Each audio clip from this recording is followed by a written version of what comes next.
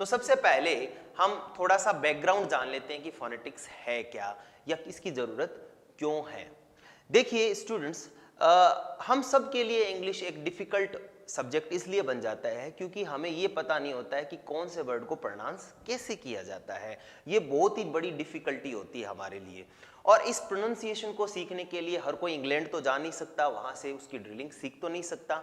इसीलिए जो जितने भी बढ़िया राइटर्स हुए हैं, जितने भी ग्रामेरियन हुए हैं, जितने उन्होंने क्या किया है, आपकी इस समस्या को दूर करने के लिए फोनेटिक्स को ब्रांच बना दिया एक साइंस की, जिससे रिलेटेड अगर उसमें आप थोड़ा सा फोनिम्स के बारे में समझोगे तो आप भी करेक्ट प्रोनाउंसिएशन घर बैठे सीख सकते हो। तो ये बहुत ही इंपॉर्टेंट चीज़ है। और मुझे लगता है कि कुछ लोग ये कहते हैं कि भाई इंडिया के अंदर तो जितने भी लोग हैं वो सारे इंग्लिश बढ़िया बोलते हैं, पूरी बोलते हैं, कट के नहीं बोलते। तो मैं ये बताना चाहूँगा, हाँ वो बोलते हैं, लेकिन करेक्ट प्रोनाउंसिएशन वो सही प्रोनाउंसिएशन नहीं कर पाते हैं, because they don't know how to speak. उनको पता नहीं है कि वर्ड जो लिखा गया है उसको प्रोनाउंस कैसे करना है। वो अपने हिंदी के मैकेनिज्म के हिसाब से के के अचे ख इस मैकेनिज्म से चलते हुए वो आगे जाते हैं और उसी हिसाब से इंग्लिश को बोलते हैं। तो इंग्लिश वैसे बोली नहीं जाती, इसको मैं डिफाइन करूंगा आगे। उससे पहले हम समझते हैं कि एक्चुअल में इंग्लिश को किस प्रकार से समझा जा सकता है। देखिए आजकल का जो दौर है उसमें इंग्लिश का रोल बहुत ज्यादा बड़ा हो गया। इंग्लिश क्या बन चुकी है? ग्लोबल इंग्लिश बन चुकी है। आज अगर हम देखेंगे तो इंग्लिश लगभग 75% जितनी कंट्रीज हैं उनकी जो नेटिव लैंग्वेज है, जो फर्स्ट लैंग्वेज है, वो क्या है? इंग्लिश है। तो 60% अर्थ का 60 to 65% जो स्पीकर्स हैं उनकी फर्स्ट या सेकंड लैंग्वेज क्या है? इंग्लिश है। तो इसका क्या हो गया? जो कम्युनिकेशन है, जो लिटरेचर है, जो जितनी भी सारी मल्टीमीडिया है, सब चीजें किससे कम्युनिकेट हो रही है? इंग्लिश से। आप देखिए जितने भी फोन हैं, जितने भी लैपटॉप हैं, जितने भी आपके इक्विपमेंट है, उसमें जो लैंग्वेज आप प्रिफर करते हो वो कौन सी करते हो? ये हाँ, ज्यादातर लोग उसमें इंग्लिश को प्रिफर करते हैं। इसलिए वो क्या होगी? ग्लोबल लैंग्वेज हो गई है। वो हर व्यक्ति के लिए आसान लैंग्वेज हो गई है, हर कोई उसको सीखना चाहता है। जैसे इंडिया में हम ही ले लीजिए, हम अन्य भाषाओं, जर्मन तो नहीं सीख रहे हैं, फ्रेंच नहीं सीख रहे हैं, हम किसको तवज्जुह दे रहे हैं? हम इंग्लिश को दे रहे हैं। इसीलिए क्या हो गया है, आज इंग्लिश क्या बन चुकी है? ग्लोबल लैंग्वेज बन चुकी है। ये टर्म है ग्लोबल लैंग्वेज। उसके बाद में है SE, that means standard English. अब देखिए मैं आपको बताना चाहूंगा कि बहुत सारी कंट्रीज हैं, जैसे आप ले लीजिए न्यूजीलैंड, उसके बाद में ऑस्ट्रेलिया, उसके बाद में आप ले लीजिए USA, United States of America. इन सब की जो नेटिव या फर्स्ट जो लैंग्वेज है वो क्या है? इंग्लिश लैंग्वेज है। इन्होंने कौन सी फर्स्ट लैंग्वेज को एडॉप्ट किया है? इंग्लिश को। दैट मीन्स इनकी जो मातृभाषा है वो इंग्लिश है। बट ये आपस में क्या होते हैं? इनकी जो डायलेक्ट्स होती है, इनकी जो बोलियां होती है, वो क्या होती है? डिफरेंट होती है, एक दूसरे से मैच नहीं करती। इनका एक्सेंट क्या होता है? डिफरेंट होता है। लेकिन इन्होंने क्या कर लिया? अपने संविधान के हिसाब से इन्होंने उसी लैंग्वेज को, जैसे ऑस्ट्रेलिया में कोई व्यक्ति रहता है तो उसको ऑस्ट्रेलियन इंग्लिश को फॉलो करना पड़ेगा, ये उनका मानना है। जो न्यूजीलैंड में रह रहा है वो वहां पे करेगा, USA में रह रहा है वो वहां की करेगा। तो हर व्यक्ति क्या करेगा? उस हिसाब से अपनी अपनी लैंग्वेज को स्टैंडर्डाइज करेगा। अब आपको ये पता होना चाहिए कि इंग्लिश के अंदर जो स्टैंडर्ड लैंग्वेज है, जो इंग्लिश की जो स्टैंडर्ड लैंग्वेज है या इंग्लिश डायलेक्ट है, वो अच्छी कैसे बोली जाए, वो स्टैंडर्ड कौन सा होगा? वो मानक है RP, रिसीव्ड प्रोनाउंसिएशन।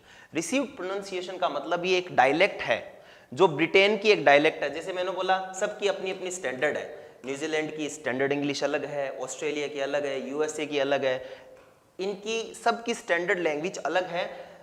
और ब्रिटेन की जो स्टैंडर्ड डायलेक्ट है इंग्लिश बोलने की बोली है वो है RP, ये स्टैंडर्ड है, इसको फॉलो करते हैं। तो सब अपने अपने देश अलग अलग हिसाब से फॉलो करते हैं। लेकिन जो सबऑर्डिनेट देश हैं, जो जिनके क्या है कि अपनी लैंग्वेज इंग्लिश है, वो इनको फॉलो नहीं करते, तो वो किसको फॉलो करते हैं? वो ब्रिटिश इंग्लिश को फॉलो करते हैं। तो ब्रिटिश इंग्लिश को जो फॉलो करते हैं तो उनको क्या फॉलो करना पड़ेगा? उनको आरपी फॉलो करना पड़ेगा, रिसीव्ड प्रोनाउंसिएशन फॉलो करना पड़ेगा। इसके हिसाब से ही वो इंग्लिश को बोलते हैं। रिसीव्ड प्रोनाउंसिएशन के और भी बहुत सारे नाम होते हैं, जैसे क्वींस लैंग्वेज बोलते हैं इसको, उसके बाद में ऑक्सफोर्ड लर्नर लैंग्वेज भी बोलते हैं इसको एक नाम और है जो आपको बड़ा ही ऐसे लगेगा कि अलग सा है, पब्लिक स्कूल लैंग्वेज भी बोलते हैं इसको। इसके बहुत सारे नाम हैं, उनमें से एक है जैसे बीबीसी जो आप सुनते हो, वो जो लैंग्वेज है वो रिसीव्ड प्रोनाउंसिएशन पर आधारित है। तो फिर से देखिए ग्लोबल इंग्लिश क्यों हो गई है, बिकॉज ग्लोबली ये बहुत ज़्यादा फैल चुकी है।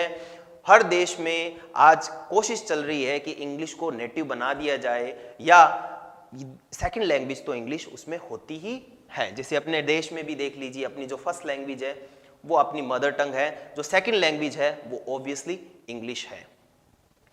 एसई स्टैंडर्ड इंग्लिश, इन सभी देशों में क्या है, अपनी अपनी इंग्लिश चलती है, अपने हिसाब से इनका क्या बोलियां चल रही है, वो अपनी बोली को क्या करते हैं, स्टैंडर्ड मानते हैं। लेकिन हमारे तो ऐसी कोई बोली नहीं है, अपने हिसाब से हमने इंग्लिश तो बनाई नहीं है, तो हम किसको फॉलो करते हैं, हम ब्रिटिश इंग्लिश को फॉलो करते हैं। तो उसकी सबसे विख्यात, सबसे बढ़िया जो बोली है वो कौन सी है, आरपी है, उसे बोलते हैं रिसीव्ड प्रोनाउंसिएशन। तो हम जब इंग्लिश की बात करते हैं एज इंडियन, तो हम किसको फॉलो करेंगे, हम रिसीव्ड प्रोनाउंसिएशन को फॉलो करेंगे, जिसके डिफरेंट नेम्स भी हैं।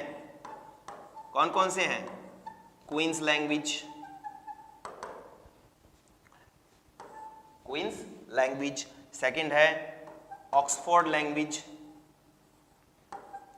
और थर्ड वन है आपका पब्लिक स्कूल लैंग्वेज, और चौथा जो फोर्थ वन है वो है बीबीसी। तो इस डायलेक्ट के डिफरेंट नेम है रिसीव्ड प्रोनाउंसिएशन के, Queen's, Oxford, public school language and BBC. ये सारे जितने भी डायलेक्ट्स हैं वो सारे रिसीव्ड प्रोनाउंसिएशन से जाने जाते हैं।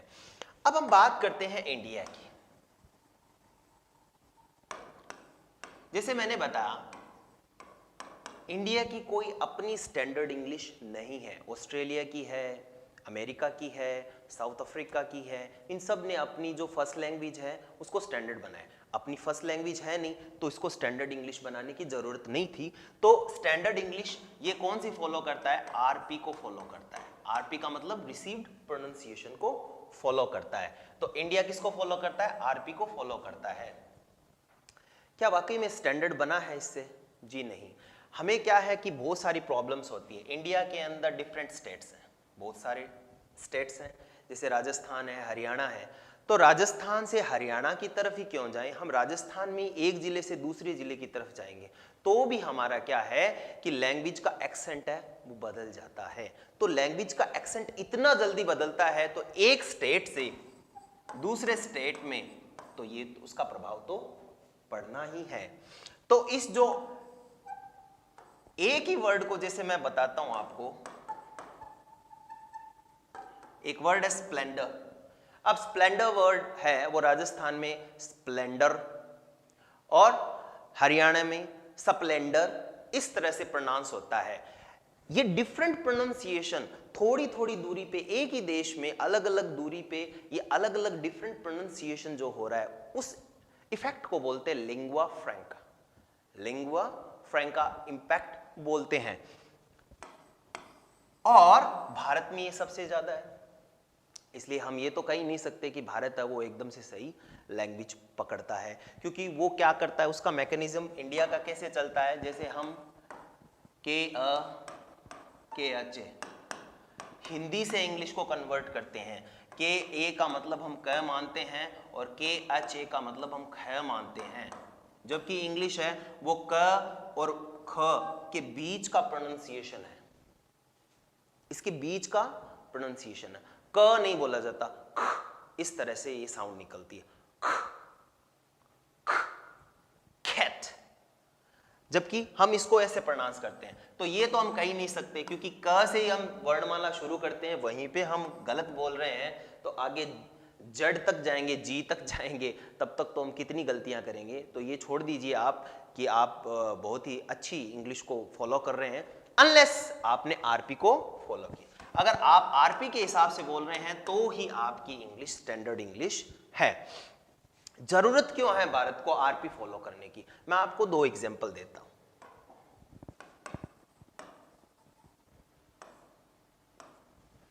सपोज कीजिए आपके सामने ये वर्ड आया, आप इसको कैसे प्रोनाउंस करोगे? आप इसको बाऊ और बऊ दोनों में से कोई भी प्रोनाउंस कर सकते हो और आप बाकायदा करोगे भी, लेकिन आप कंफ्यूज रहोगे ऑल द टाइम दैट कि कौन सा बोले। फिर आपने बोल भी दिया, तो इस वर्ड के दो प्रोनाउंसिएशन होते हैं, इस वर्ड के दो प्रोनाउंसिएशन होते हैं और ये दोनों सही हैं, बऊ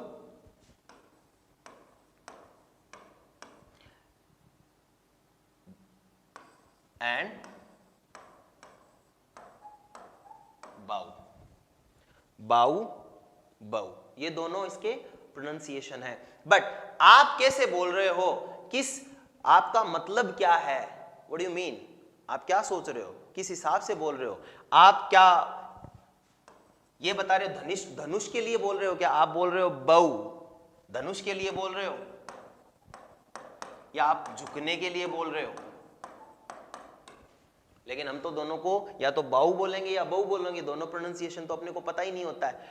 सो अब ये वर्ड है, ये इसके दो प्रोनाउंसिएशन होते हैं और दोनों के मीनिंग डिफरेंट होते हैं।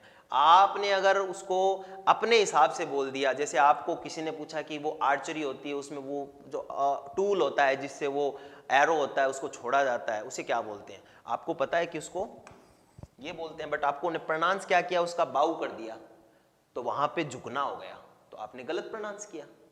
लेकिन अगर आपसे ये पूछा कि जो एक जैसे ग्रीटिंग करते हैं, जैसे जापान में जो लोग होते हैं वो ग्रीटिंग करते हैं झुककर इस तरह से, है ना, तो वो क्या है, आपने उस समय बऊ बोल दिया तो धनुष के लिए होता है, वो बाऊ होता है। तो आपको प्रोनाउंस सही करना पड़ता है, तो प्रोनाउंसिएशन इनसे रिलेटेड नहीं होता है, दैट मीन्स हिंदी का इससे कोई लेना देना नहीं है। तो इतनी ज्यादा डिफिकल्टी आती क्यों है प्रोनाउंसिएशन में? जैसे हिंदी में मैंने लिखा ये कमल, तो कहीं चले जाओ अगर इसको अकेला भी लोगे तो क्या बोला जाएगा, इसको अकेले ले लो, इसको अकेले ले लो, साथ में जोड़ दो, इनका मीनिंग सेम निकलता है। बट इंग्लिश में इतनी डिफरेंस क्यों आती है कि भाई एक जगह ये बोलना पड़ रहा है, एक जगह ये बोलना पड़ रहा है? एक एग्जांपल और देता हूं मैं आपको, जैसे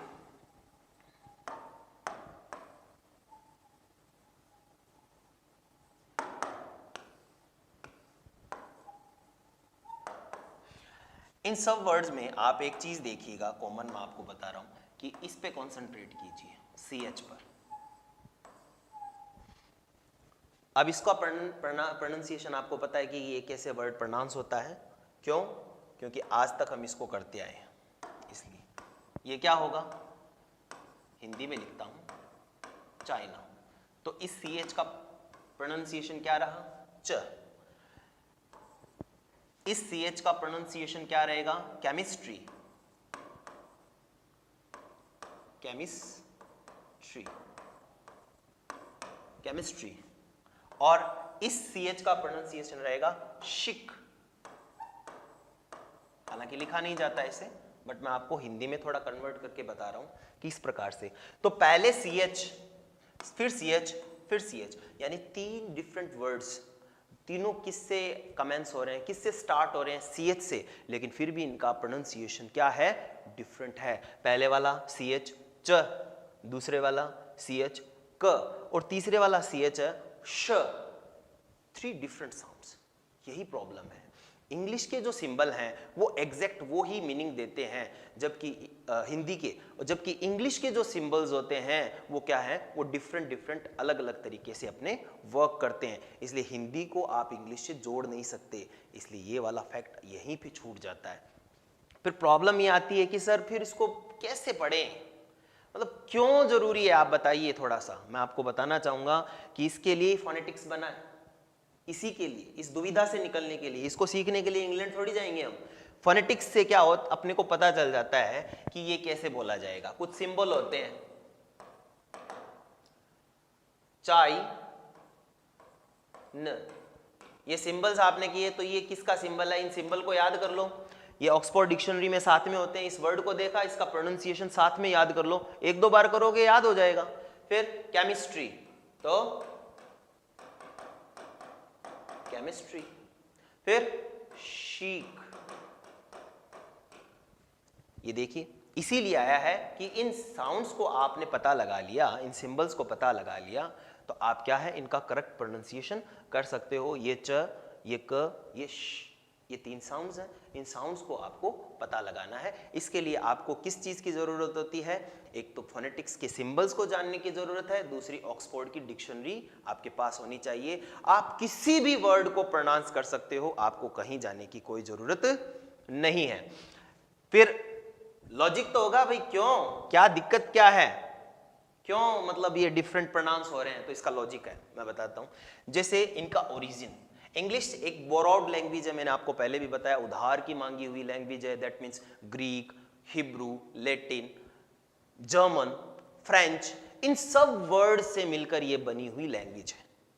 तो इनके प्रोनाउंसिएशन डिफरेंट कंट्री में डिफरेंट होते हैं। इन्होंने तो ले ली, तो इनका प्रोनाउंसिएशन भी वैसा ही होना चाहिए जो उस कंट्री में बोला जा रहा है। इसलिए क्या होती है, इसमें दिक्कत आती है। जैसे इसमें CH चाइना, तो ये चीन की लैंग्वेज है। केमिस्ट्री, ये लैटिन लैंग्वेज से लिया हुआ वर्ड है। शीख, ये कहां से, फ्रेंच।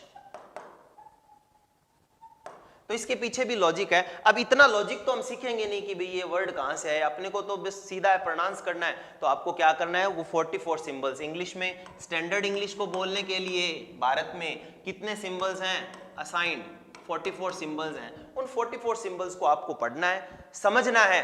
समझ गए? फिर जैसे हम क, ख, ग इनको जोड़ना भी सीख जाते हैं, वैसे ही इनको जोड़ना भी हम सीख जाएंगे। और जैसे ही जोड़ना सीख लिया तो आप करेक्ट प्रोनाउंसिएशन कर सकते हो। इसलिए आप ये सोचते हो कि हमारी इंग्लिश सही है, तो जरा ध्यान दीजिए, आपको एक वर्ड और देता हूं।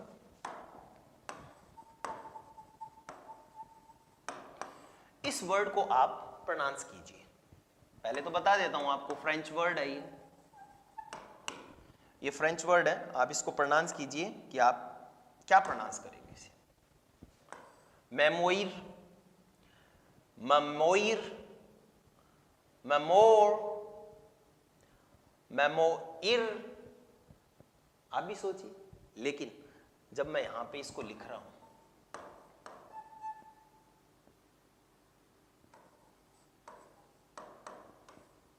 अगर आपको फोनेटिक सिंबल्स आते हैं, म, ए, मे, म, व, आ, मैम, म, वा, मैम, वा, तो इसका प्रोनाउंसिएशन होता है मैमव, मैमव, मैमव, मेमोइर नहीं होता है। अब मैंने ये तो नहीं बताया ये फ्रेंच वर्ड है, चलो मुझे तो पता है, लेकिन आप भी डिक्शनरी में देखोगे तो पता चल जाएगा। लेकिन आपके सामने सीधा आ गया, आप उसको कैसे प्रोनाउंस करोगे? आप तो बोलोगे मेमोइर, और ऐसे प्रोनाउंस मेमोइर, इस तरह से प्रोनाउंस करोगे जैसे आप फ्रेंच से ही आए हो।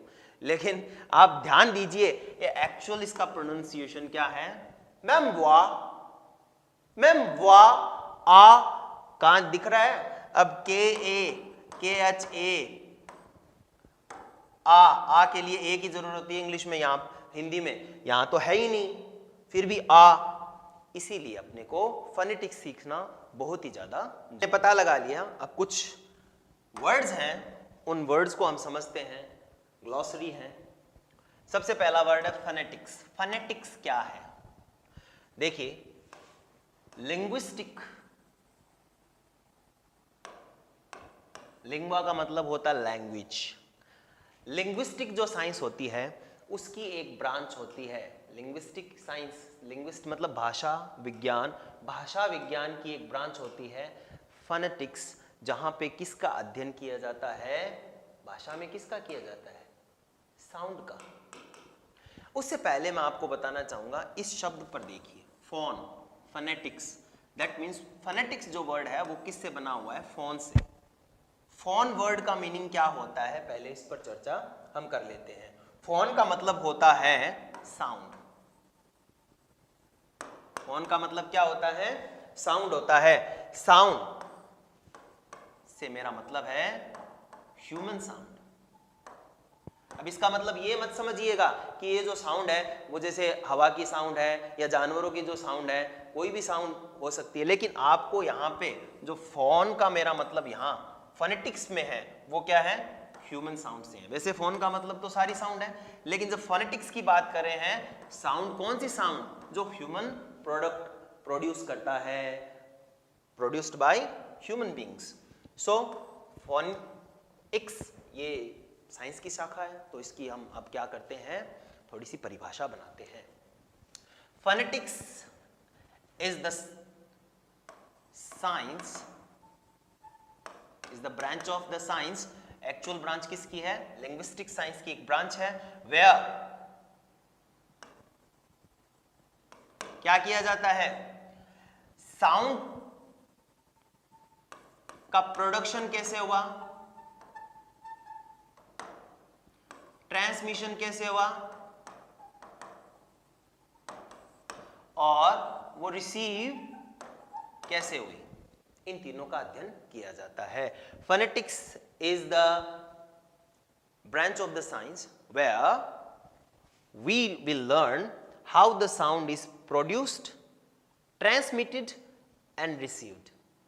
कि जो और कौन सी साउंड है, ह्यूमन साउंड, ये ध्यान रखना है। Phonetics is the branch of the science where we study the production of the sound, human sound, the transmission of the human sound as well as the reception of the human sound, कि receive कैसे होता है, ये होती है phonetics. तो phonetics में फिर से देखिएगा लिंग्विस्टिक की साउंड, जिसमें क्या किया जाता है कि मानव ध्वनि कैसे प्रोडक्ट यानी कैसे बनी, उसका ट्रांसमिशन कैसे वो जा रही है आगे, और तीसरी बात वो जो सुन रहा है लिसनर, उस जो बोला है वही है क्या, मैंने बाऊ बोला है तो उसने क्या समझा है, बाऊ का धनुष समझ लिया तो गलत हो गया, क्योंकि मेरा वहां पे मतलब धनुष से नहीं था, झुकने से था। तो रिसेप्शन भी आपका सही होना चाहिए, जो सामने वाला बंदा है वो रिसीव्ड भी सही करना चाहिए। तो ये तो हो गई फोनेटिक्स की बात। आगे मूव करते हैं। यस, फिर है फोनोलॉजी। जब आप इन लैंग्वेज इसको समझ गए, फिर आप अपनी जो आपकी एक सिस्टम है लैंग्वेज की, अन्य लैंग्वेज के साथ में आप तुलनात्मक अध्ययन करते हो, वो होती है फोनोलॉजी। फोनोलॉजी में क्या होता है कि आपकी एक लैंग्वेज का सिस्टम है, उसमें कौन कौन से वर्ड कैसे कैसे प्रोनाउंस होते हैं, उसको दूसरी लैंग्वेज के साथ में आप तुलनात्मक अध्ययन करते हो, वो फोनोलॉजी में आता है। फोन आपको बताया था कि ये सबसे छोटी साउंड होती है, ये साउंड की एक यूनिट होती है जो स्मॉलेस्ट होती है, इससे स्मॉल कुछ नहीं होता, उससे ज्यादा उसको तोड़ा नहीं जा सकता, ये स्मॉलेस्ट यूनिट होती है किसी भी लैंग्वेज की, और ये साउंड होती है, और इससे ज्यादा इसको तोड़ा नहीं जा सकता। फोन जो ग्रीक वर्ड है जिसका मीनिंग क्या है, साउंड, लेकिन साउंड से मतलब मेरा है ह्यूमन साउंड। जब हम किसकी बात कर रहे हैं, फोनेटिक्स की बात कर रहे हैं। अंतिम है फोनिम। जब आपने फोन को क्या बताया, साउंड बताया, जब साउंड है उसका रिप्रेजेंटेशन आप करते हो, सिंबॉलिक बना देते हो, उसको लिखना शुरू कर देते हो। जैसे साउंड मैंने बोली, ये साउंड है लेकिन ये लिखी नहीं जा सकती, लेकिन फिर भी आपने इसको लिख दिया, इसे बोलते हैं फोनिम। क्या बोलते हैं, फोनिम। तो आपने देखा होगा फोनिम में मैंने दोनों तरफ क्या लगाए हैं, स्लैशेस लगाए हैं। ये स्लैशेस क्यों लगाए हैं, क्योंकि इनका रिप्रेजेंटेशन सीधा नहीं होता लेटर्स की तरह, इनको इनमें बंद किया जाता है, ठीक है ना। तो फोनिम की क्या विशेषता है कि इनको रिप्रेजेंट किया, फोन को जो साउंड को रिप्रेजेंट किया जाता है, और जब रिप्रेजेंट किया जाता है तो इनको कैसे बंद किया जाता है, स्लैशेस से। ये आपको मैंने बता दिया। तो इन चारों में आपको, मुझे लगता है कोई समस्या नहीं होगी, चारों आपको पता चल गया होगा। फोनेटिक्स ब्रांच होती है जिसमें ह्यूमन साउंड कैसे प्रोडक्शन होता है, ट्रांसमिट होता है, और उसके बाद में रिसीव कैसे होती है। फोनोलॉजी जो आपने एक लैंग्वेज के साथ किया, वो सारे के सारे अन्य लैंग्वेज के साथ में तुलनात्मक अध्ययन हो गया। फोन ये आपकी स्मॉलेस्ट साउंड होती है, स्मॉलेस्ट यूनिट होती है किसी भी लैंग्वेज की, और उसमें वो जो साउंड होती है उसको और ज़्यादा फर्दर डिवाइड नहीं किया जाता है। जब इन साउंड को आप सिंबल के रूप में रिप्रेजेंट करते हो तो उन्हें बोलते हैं फोनिम। तो अपने को इस पर ध्यान देना है, फोनिम पे। ये फोनिम कौन कौन से होते हैं, इस पर अपने को चर्चा करनी है। तो अब तक तो हमने समझ लिया कि लैंग्वेज कैसे बनी, क्या मतलब, क्यों जरूरी है फोनेटिक्स के रूल्स को समझना। अब हम समझते हैं कि रीड के हिसाब से जो फोनेटिक्स के जो चैप्टर हैं उसके बारे में हम थोड़ी चर्चा करते हैं। तो अपने नोट्स की तरफ मूव करूंगा मैं, जो आपको मिल रहे हैं। आई होप आप लाइक कर रहे हो।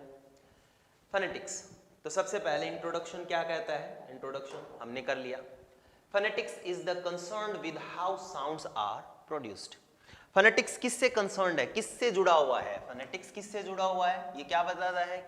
ये प्रोडक्शन ऑफ साउंड, साउंड कैसे प्रोड्यूस की जाती है, उत्पादन कैसे होता है, कैसे बनती है। ट्रांसमिट, वो जो मैंने बोला है वो कैसे जा रही है, जैसे वेव कैसे चल रही है, सीधी है, टेढ़ी है, ये साइंस से रिलेटेड है।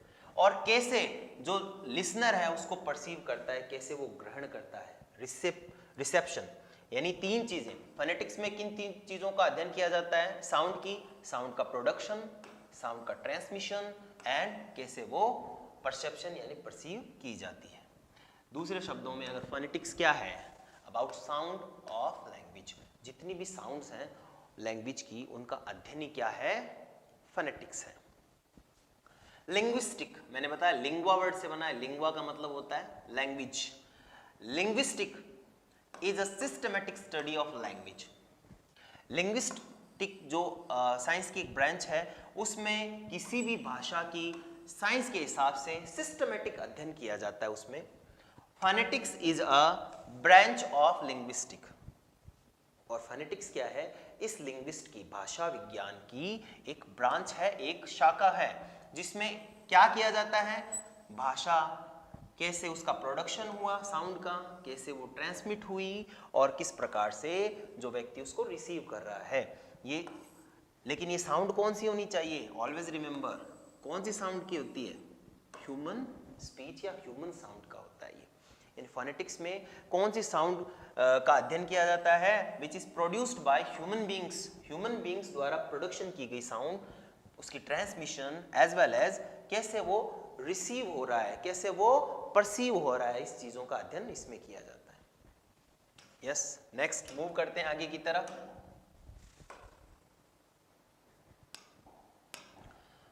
For the production of the speech sound we need an air stream. हमें क्या है? साउंड को क्रिएट करने के लिए एक एयर स्ट्रीम चाहिए, क्योंकि जो जितनी भी साउंड प्रोडक्शन होती है वो बिना एयर के नहीं होती। जब हमारे फेफड़ों में एयर जाती है उससे ऊर्जा मिलती है, तो उसके एयर स्ट्रीम निकलने के अलग अलग रूप होते हैं, डिफरेंट होते हैं। The air that flows out our mouth is modified into speech. जो हमारे मुंह से बाहर हवा निकल रही है वो ही होती है साउंड बनाती है, प्रोडक्शन वही करती है। तो अगर हमने एयर स्ट्रीम को फॉलो नहीं किया तो हम ऐसे पता नहीं लगा पाएंगे कि प्रोडक्शन कैसे हो रहा है, क्योंकि सारा प्रोडक्शन कौन करता है? एयर करता है, जो हमने अंदर ली और जब बाहर निकालते हैं वो ही प्रोडक्शन करती है साउंड का। तो उसमें कुछ सर्टेन ऑर्गन्स भी होते हैं, कुछ अंग भी होते हैं जो इसमें रोल अदा करते हैं, और इन्हीं अंगों को बोलते हैं ऑर्गन ऑफ स्पीच। जैसे शरीर में तो बहुत सारे अंग हैं, जैसे हाथ हैं, आंखें हैं, कान हैं, ठीक है। उसके बाद में आप देख लीजिए पैर हैं, ये जितनी भी चीजें हैं वो ऑर्गन्स हैं आपके। बट ये ऑर्गन साउंड पैदा करते हैं क्या? प्रोडक्शन करते हैं क्या? ट्रांसमिट करते हैं क्या? नहीं। जब ये साउंड प्रोडक्शन नहीं होती है तो उन ऑर्गन को हम नहीं लेंगे। यहां पे जो ऑर्गन है वो ऑर्गन ऑफ स्पीच है, जिससे आवाज निकलती है। वो कौन कौन से हैं? नोज है, लिप है, टीथ है, टंग है, ट्रैकिया है और आपके लंग्स हैं। जैसे बहुत सारे ऑर्गन्स हैं जो किसका निर्माण करते हैं? स्पीच का, साउंड का निर्माण करते हैं। ऐसे ऑर्गन्स जो साउंड का निर्माण करते हैं उन ऑर्गन्स को बोलते हैं ऑर्गन्स ऑफ स्पीच। देखिए बेसिकली अगर बात करें तो कोई भी लैंग्वेज है, चाहे वो दुनिया की कोई भी लैंग्वेज है, उसमें जो स्पीच मैकेनिज्म होना ही चाहिए।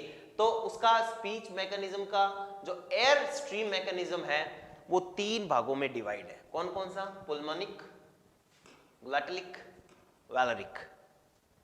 पुल्मोनिक, ग्लटलिक, वैलरिक। इन 3 एयर स्ट्रीम से कि हवा कैसे निकल रही है, जैसे सीधी निकल रही है या वहां पे आप रोक रहे हो, इस तरह से बोल रहे हो, इस तरह से बोल रहे हो, इस तरह से बोल रहे हो, ये बहुत डिफरेंट होता है। जर्मन जो लैंग्वेज होती है वो इनसे रिलेटेड होती है, जो कि बोलने में बहुत डिफिकल्ट होती है। अभी अपनी मोस्ट ऑफ द लैंग्वेज होती हैं वो किससे रिलेटेड होती है? पुल्मोनिक दैट मीन्स हिंदी भी पल्मोनिक एयर स्ट्रीम से बोली जाती है, इंग्लिश भी पल्मोनिक एयर स्ट्रीम से बोली जाती है। इसलिए ये कहा जा सकता है कि हिंदी बोलने वाला बंदा अगर ढंग से तैयारी करे तो वो इंग्लिश को अच्छे से कर। ज्यादातर जो कंट्रीज हैं वो पल्मोनिक एयर स्ट्रीम से ही लैंग्वेज का प्रोडक्शन करती हैं, तो हमें भी इस पर ही ध्यान देना है। और वैसे भी रीड से रिलेटेड इतना कुछ ही पूछते नहीं है, लेकिन ध्यान होना चाहिए। अगर हम रटने की आदत रखेंगे तो हमें बार बार पढ़ना पड़ेगा। समझने से एक बार समझ लिया याद नहीं रहता, ये मानव की प्रकृति है, लेकिन समझने वाला बंदा वापस उसको देखता है तो उसको एक बार में याद हो जाएगा। तो आपको समझना है। The pulmonic airstream mechanism consists of the lungs and the respiratory muscles. देखिए जो पल्मोनिक आपका एयर स्ट्रीम है उसमें किसका, लंग्स का, और जो आपकी रेस्पिरेटरी का मतलब हो गया श्वसन तंत्र। जो श्वसन तंत्र होता है, रेस्पिरेटरी सिस्टम उसको बोलते हैं, और उसमें जो श्वसन वाले जो मसल्स होते हैं उनका योगदान होता है। दैट मीन्स फेफड़ों का और जो आपके मसल्स हैं, चेस्ट भी हो सकती हैं, डायाफ्राम है, उनका इस्तेमाल होता है। The walls of the lungs act as the initiator, और इनिशिएटर का मतलब होता है शुरुआत करना।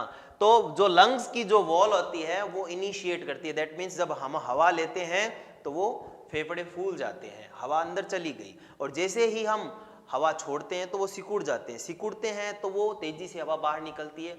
फिर अपने डिफरेंट ऑर्गन्स हैं उनसे वो साउंड डिफरेंट प्रोड्यूस होती है। तो यहां से शुरू हो जाता है। They are moved the way respiratory muscles, जैसे रेस्पिरेटरी मसल मूव होती है वैसे वो मूव होती है हवा, so that the air is drawn into the lungs और the pushed out of them. इस तरह से वो लंग्स से बाहर हवा निकल जाती है। When this mechanism is used to push air out, जब हम हवा को बाहर निकालते हैं, फेफड़े क्या करते हैं, सिकुड़ जाते हैं जब हवा बाहर निकलती है, तो इसको बोलते हैं इग्रेसिव। और जब हम हवा को अंदर लेते हैं, ड्रॉ करते हैं, खींचते हैं, तो इसे बोलते हैं इनग्रेसिव। तो ये सिस्टम है इनग्रेसिव और एक्सग्रेसिव का। पल्मोनिक एयर स्ट्रीम में क्या होते हैं कि फेफड़ों में जब हम हवा सांस लेते हैं, अंदर गई, फेफड़े फूल गए, तो इसे बोलते हैं इनग्रेसिव। लेकिन जब उसको बाहर निकालते हैं, हवा को बाहर निकालते हैं, फेफड़े सिकुड़ जाते हैं, उसे बोलते हैं इग्रेसिव। ये पूछे नहीं जा सकती ये बातें, लेकिन आपको बता रहा हूं कि कैसे ये काम करता है। इंटरेस्टिंग है। ज्यादातर जितनी भी साउंड है, जितनी भी लैंग्वेजेज है दुनिया की, वो कौन सी air stream, pulmonic aggressive air stream mechanism पर काम करती है। दैट मीन्स कि बाहर हवा निकल रही है, उसी समय क्या है, वो साउंड प्रोडक्शन होता है। देखिएगा, मैं आपको एक स्केच के थ्रू बता रहा हूं कि देखिए अगर अपने बॉडी को, let me do it again, yes, I hope you can see. अगर बॉडी को मैं 3 पार्ट में डिवाइड करूं, 1 2 3, ये फर्स्ट हो गया, ये सेकंड हो गया, ये थर्ड हो गया, जिसको हम आगे पढ़ेंगे। फर्स्ट जो पार्ट है वो क्या है, आपका आर्टिकुलेटरी पार्ट है।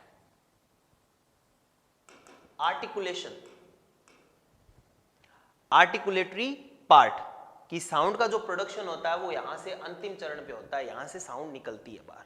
अब इसमें कौन कौन से ऑर्गन्स होते हैं, देखिए मैंने बताया ना ऑर्गन कौन कौन से होते हैं, पूछ सकते हैं। तो आर्टिकुलेटरी जो पार्ट होता है, मुंह वाला जो पार्ट होता है, उसमें साउंड प्रोडक्शन के लिए, जैसे ऐसे तो आईज भी होती है, लेकिन इसका साउंड प्रोडक्शन में कोई रोल नहीं है। अपने को देखना है नोज, नॉस्ट्रिल, ओरल कैविटी जहां से हवा बाहर निकलती है, ठीक है। उसके बाद में आप यहां पे लिप्स, ये T3 जो हो गई अपर, ये नीचे, ये ऊपर वाली, ये नीचे वाली, hard plate and soft plate. और यहां पे आप अगर पूरा मुंह खोलकर देखोगे तो एक लटका हुआ सा फ्लैशी ऑर्गन दिखाई देता है, उसे बोलते हैं यूवुला। क्या बोलते हैं, यूवुला। ये तो हो गया आर्टिकुलेटरी पार्ट, जिसमें कितनी सारी चीजें हमने बात की। फिर आते हैं ऑडिटरी पार्ट, फोनेटरी पार्ट की तरफ। उसमें क्या है कि लैरिंग्स और ट्रेकिया, लैरिंग्स और ट्रेकिया, ये 2 चीजें इसमें आती हैं। लैरिंग्स एंड ट्रेकिया। फिर चलते हैं हम, इसको तीसरे वाले पार्ट को बोलते हैं रेस्पिरेटरी, रेस्पिरेशन, श्वसन। रेस्पिरेटरी में कौन कौन से हैं देखिए आप, सबसे ब्रोंकस या ये जो ट्यूब्स हैं यहाँ पे ब्रोंकाइटिस ट्यूब हैं, फिर आपके देखिए लंग है लेफ्ट और राइट, और डायाफ्राम है, ये आपको दिखाई दे रहा है, ये डायाफ्राम है। और ये जो आपको हड्डियां दिखाई दे रही है ये रिब्स केज है, जिसके अंदर ये सारा सिचुएटेड होता है। तो ये सारी चीजें क्या करती है, प्रोडक्शन करती है किसकी, साउंड की। तो देखिए कैसे, जैसे आपने एयर ली तो आपके ये फेफड़े हैं ये फूलेंगे, डायाफ्राम, फिर ये फूलेंगे तो आप ये जो सिस्टम है वो हो गया इंग्रेसिव, फिर आप छोड़ेंगे तो ये श्वसन नली से होते हुए यहाँ जाएगा, फिर यहाँ से यहाँ तक जाएगा और यहाँ तक ये एनर्जी क्रिएट करेगा, और ये एनर्जी ही क्या करती है, डिफरेंट ऑर्गन से होते हुए माउथ से बाहर निकल जाती है और आपकी स्पीच प्रोड्यूस्ड हो जाती है। ये इतना सिंपल नहीं है, लेकिन अपने को जटिल बनाना भी नहीं है। ये प्रश्न ऐसे नहीं पूछे जाएंगे रीड के लेवल में, हाँ, लेकिन सेकंड ग्रेड में जब भी करेंगे तो आप चिंता मत कीजिएगा, एक एक चीज को खोल के रख देंगे, किस प्रकार से साउंड का प्रोडक्शन होता है, कौन सा वर्ड, यहां तक कि लिप्स से कौन कौन से वर्ड्स ऐसे प्रोनाउंस किए जाते हैं जब लिप टच होते हैं, जब जीभ ऊपर टच होती है, ये बहुत सारी बातें हम उस बात करेंगे, अभी कोई जरूरत नहीं है। सिर्फ इतनी बात जाननी है कि अपने शरीर को अगर ऑर्गन में डिवाइड करें तो 3 सिस्टम कह सकते हैं, आर्टिकुलेटरी सिस्टम, ऑडिटरी सिस्टम, और तीसरा आपका जो सिस्टम है वो रेस्पिरेटरी सिस्टम। आर्टिकुलेटरी सिस्टम में नोज हो गया, लिप हो गई, टीथ हो गई, यूवुला हो गया, टंग हो गई, और सॉफ्ट और हार्ड प्लेट हो गई। फिर इसमें ऑडिटरी में आपके लैरिंग्स हो गया और ट्रेकिया हो गया, फिर आपके रेस्पिरेटरी में डायाफ्राम, लंग्स, ब्रोंकाइटिस ट्यूब, ये सारी चीजें हो गई जो आपको जानकारी होनी चाहिए। फर्दर मूव करते हैं, इन्हीं के बारे में बताया, मैंने अभी बताया वही बातें इसमें हैं कि जो रेस्पिरेटरी सिस्टम है उसमें लंग्स होते हैं, मसल्स होती है, चेस्ट की जो मसल होती है वो होती है, विंड पाइप होती है जिसको हम ट्रेकिया बोलते हैं। विंड पाइप का दूसरा नाम क्या है, ट्रेकिया। तो रेस्पिरेटरी सिस्टम में कौन कौन सी चीजें, यहां से यहां तक कौन कौन सी चीजें हैं, लंग्स हैं, मसल्स हैं और विंड पाइप है, ये हमने बात कर ली थी। दूसरा था फोनेटरी सिस्टम, ऑडिटरी सिस्टम भी बोलते हैं, इसके अंदर लैरिंग्स होता है, और लैरिंग्स का दूसरा नाम एडम्स एप्पल होता है, लैरिंग्स का दूसरा नाम एडम्स एप्पल होता है। यहाँ पे आपको बाहर निकला हुआ दिखाई देगा एप्पल के शेप के जैसा, हालांकि एप्पल की शेप तो बड़ी होती है, बेरी जो होता है बेर, उसके शेप के जैसा यहाँ बाहर निकला। पुरुषों में यह अधिक बाहर उभरा हुआ होता है, महिलाओं में ये कम होता है। दैट्स वाई जितना उभरा हुआ होता है उसकी आवाज उतनी ही मोटी होती है, स्त्रियों के अंदर होता है ये बहुत ज्यादा, इसलिए ये पतली आवाज पैदा करता है। तो इसको बोलते क्या, एडम्स एप्पल बोलते हैं। इसका नाम पूछा जा सकता है कि लैरिंग्स का दूसरा नाम क्या है, एडम्स एप्पल। और situated at the top of the wind pipe, wind pipe के जस्ट ऊपर होता है ये, जैसे विंड पाइप है ये, तो लैरिंग्स यहाँ पे सिचुएटेड होता है। और लैरिंग्स a pair of lip like structure, और इनके जो स्ट्रक्चर होते हैं वो लिप लाइक होते हैं ऐसे, पेयर का मतलब जोड़े में। These are called vocal cords, और इन्हें क्या बोलते हैं, वोकल कॉर्ड बोलते हैं। ये कंपन करते हैं, आवाज की कंपन, दैट मीन्स कि वाइब्रेशन जो साउंड की हो रही है वो यहीं से होती है। फिर आपका है आर्टिकुलेटरी सिस्टम।